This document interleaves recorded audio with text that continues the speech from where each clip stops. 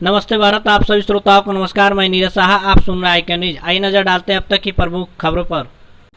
श्री कृष्ण जी की मूर्तियों का विसर्जन, गहरा शोक व्यक्त किया। मांस मदिरा पर लगाए प्रतिबंध, अंग वस्त्र देकर सम्मानित किया गया। मुकदमा दर्ज कर आवश्यक कार्रवाई में जुटी भाजपा कार्यकर्ता से बिजली विभाग की अवैध वसूली। आइए सुनते हैं खबरें विस्तार से।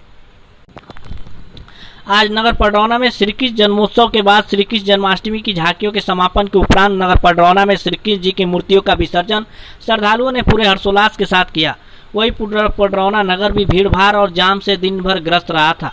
आज दोपहर में हुई बारिश भी जबरदस्त रूप से लोगों की दिनचर्या को प्रभावित कर दिया था। साथ ही बारिश के उपरांत आवागमन और जाम की समस्या विकराल रूप धारण कर लिया था, जिससे लोग दिन भर परेशान भी दिख रहे थे।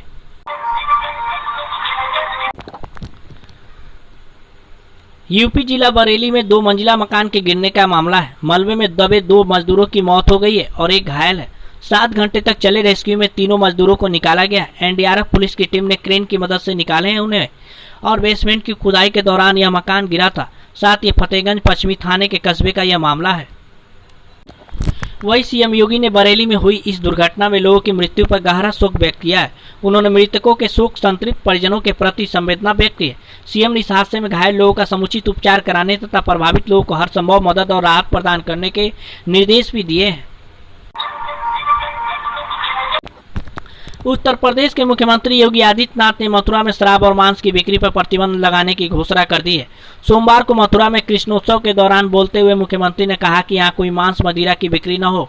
इसके लिए जिला प्रशासन को कार्य योजना बनाने का निर्देश भी दे दिया गया है। उत्तर प्रदेश सरकार के इस फैसले का जहां कुछ लोगों द्वारा स्वागत किया गया, तो वही कुछ लोग इसके विरोध में हैं। बॉलीवुड फिल्म मेकर विनोद कापड़ी ने यूपी सरकार की इस फैसले पर आपत्ति जताई है।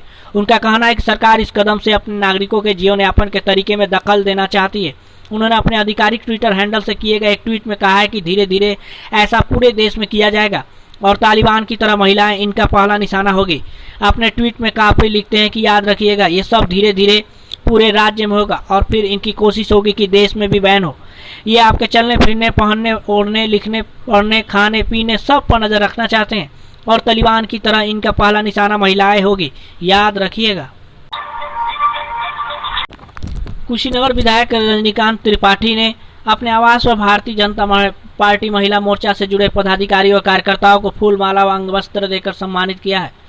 आपको बता दें कि आयोजित सम्मान समारोह में विधायक श्रीमती ने भाजपा महिला मोर्चा के योगदान की सराहना करते हुए सरकारी योजनाओं की चर्चा की और कहा कि लोकप्रिय प्रधानमंत्री नरेंद्र मोदी व यशस्वी मुख्यमंत्री योगी आदित्यनाथ के नेतृत्व में देश व प्रदेश का बहुत तेजी से विकास हुआ है और राष्ट्र के उत्थान में नारी शक्ति की भूमिका सर्वोपरि है। सरकार ने शिक्षा, स्वास्थ्य, रोजगार, उज्ज्वला योजना, आवास, राशन कार्ड, शौचालय आदि योजनाओं से आच्छादित कर महिला सशक्तिकरण को मजबूती प्रदान किया है। आने वाले विधानसभा चुनाव में आप सभी के सहयोग से पार्टी भारी बहुमत से पुनः सरकार बनाएगी। वही विधायक श्री मरी ने जिला अध्यक्ष चंद्रप्रभा पांडे और महामंत्री रूपम सिंह, जिला उपाध्यक्ष बंदरा ठाकुर, जिला मंत्री अर्चना चौबे, मुन्नी तिवारी, मीडिया प्रभारी पूनम जायसवाल, इंद्रावती देवी, सुगंधा सिंह, अंजू पांडे, मीना देवी, सुषमा शर्मा सहित भाजपा महिला मोर्चा के सभी पदाधिकारियों को अंग वस्त्र देकर सम्मानित किया है। बृहस्पतिवार को कोतवाली क्षेत्र के हाईवे पर भटकुलवा के पास पुलिस ने एक पिकअप पर 4 राशि गोवंश बरामद किया है। चालक व पशु तस्कर फरार हो गए। पुलिस ने मुकदमा दर्ज कर आवश्यक कार्रवाई में जुटी है। प्राप्त जानकारी के अनुसार बृहस्पतिवार सुबह 8:30 बजे के लगभग प्रभारी निरीक्षक जयप्रकाश पाठक को मुखबिर द्वारा सूचना मिली कि हाईवे पर पिकअप संख्या यूपी 57AT6608 पर पशु तस्कर 4 राशि गोवंश ले जा रहे हैं।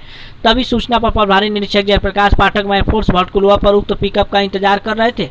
तभी पिकअप आते हुए दिखी और पिकअप चालक व पशु तस्कर पुलिस को देखते ही गाड़ी छोड़कर फरार हो गए। पुलिस ने पिकअप व गोवंशों की हिरासत में लेकर अज्ञात के विरुद्ध मुकदमा पंजीकृत कर आवश्यक कार्रवाई में जुट गई है।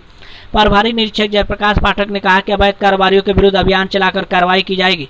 अराजकता बर्दाश्त नहीं किया जाएगा। इस दौरान उप निरीक्षक सदानंद यादव का कमलेश यादव, चंदन भारती आदि मौजूद रहे। बिजली विभाग के कारनामों से उत्तर प्रदेश के मुखिया सहित जनपद के आला अधिकारी बहुत ही खुश रहते हैं, परंतु जनपद की जनता क्यों नहीं खुश रहती, यह एक विचारणीय और सोचनीय प्रश्न है। तो आइए बिजली विभाग के एसडीओ साहब के कार्यों का वर्णन करें। साहब उत्तम विचार वाले हैं, ईमानदार हैं। इनका जितना भी तारीफ किया जाए कम ही होगा। इनके अधीन कार्य करने वाले कर्मचारी का भी कोई जोर शोर नहीं है। ईमानदारी तो कूट कूट कर भरा है, ढिंडोरा पीटने लायक है। साहब और साहब के कर्मचारी का पर्दा उठाना आसान नहीं है। सूत्र बताते हैं कि साहब तो सीधे मुख्यमंत्री से जुड़े हैं, तो ऐसे में भाजपा कार्यकर्ता हो या आम जनता हो, साहब का कुछ नहीं बिगाड़ सकते हैं।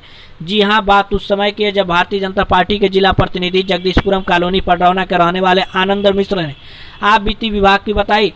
श्री मिश्र ने कहा कि बिजली बिल बकाया था, बकाया भुगतान करने बिजली विभाग पहुंचे ही थे कि संजोग बस उसी समय एसडीओ साहब पडरौना जगदीशपुरम कॉलोनी पहुंच गए और श्री मिश्र के घर जाकर बिजली भुगतान का रसीद मांगने लगे।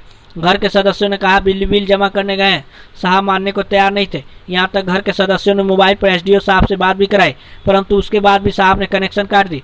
कनेक्शन कटने के बाद भी श्री मिश्र ने कोई आपत्ति नहीं की। कनेक्शन काटने के साथ एसडीओ साहब ने आश्वासन भी दिया कि उन्होंने कि बिजली बिल का भुगतान हमको दिखा दीजिएगा, मैं तुरंत कनेक्शन जुड़वा दूंगा। श्री मिश्र ने साहब की बात मान ली।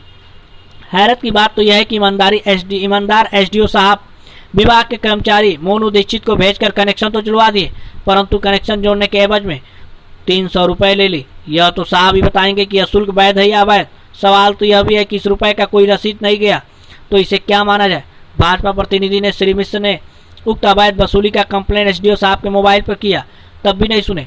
व्हाट्सएप पर किया, तब भी नहीं सुने। मंत्री को कंप्लेंट करने की बात कही, तब भी नहीं सुने। यहाँ तक धरने पर बैठने की बात की, परंतु किसी से नहीं डरने वाले ईमानदार पडरौना एसडीओ के अहंकार इतना कि सत्ता से नहीं डरने वाले भाजपा प्रतिनिधि की बात को ताक पर रख दी, तो क्या अंदाजा लगाया जा सकता है कि आम जनता की बात कितनी आसानी से सुन सकते होंगे।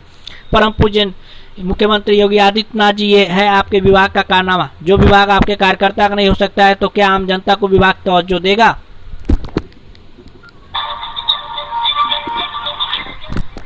अब खबरें समाप्ति, कल इसी समय फिर मिलेंगे, तब तक ले शुभ रात्रि, धन्यवाद।